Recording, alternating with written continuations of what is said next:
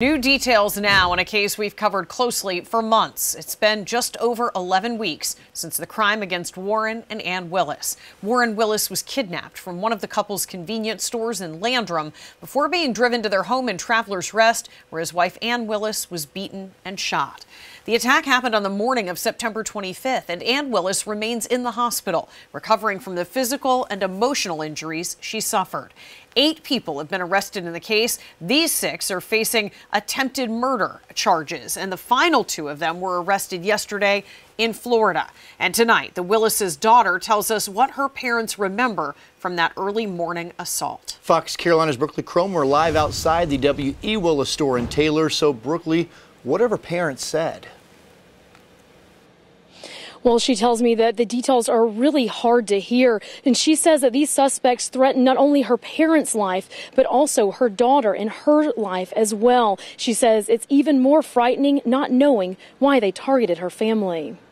She was waking up and saw these men around her bed, that she did think she was in some sort of a horror movie or having a nightmare. But the horrific scene that unfolded inside Warren and Ann Willis's home was all too real. They did not know what these men's intentions were and how far they were going to take things. Deputies say Warren was kidnapped from his convenience store in Landrum, then driven to his home in Travelers Rest, where he and his wife were brutally attacked. He was with them in his car the majority of the time, and my mother was with them the majority of the time in the house.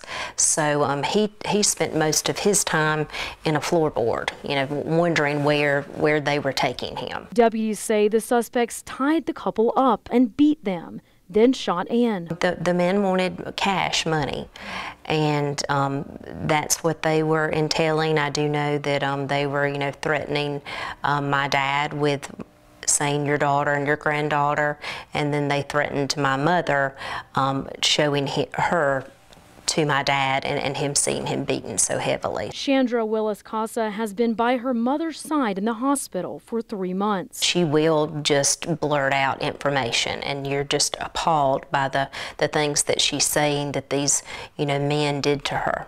Deputies say these 6 carried out the attack. These 2 are charged as accessories after the fact. That time period before the first 2 arrests were made, always looking around and checking in the back seat of our car, walking into a football game. Are any of these people here? So yes, always looking over your shoulder. Chandra says the suspects knew a lot about her family, but the Willises know nothing about them.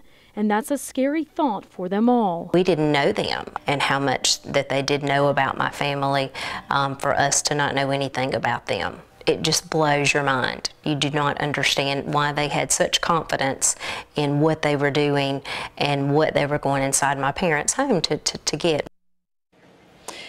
And coming up at 11, Sheriff Johnny McBrown tells us why it's so important for him to solve this case. Diana? So, Brooklyn, how are Ann and Warren Willis doing right now? Of course, yesterday was 11 weeks since this attack. Yeah, it's been almost 3 months. Their daughter tells me that Ann is still in the hospital recovering from both her physical and emotional injuries. She says she hopes that her mom is out of the hospital sometime in the next month, but she believes that she'll have a long road of recovery ahead with the emotional injuries in particular. Reporting live in Greenville County, Brooklyn Cromer, Fox Carolina, the 10 o'clock news.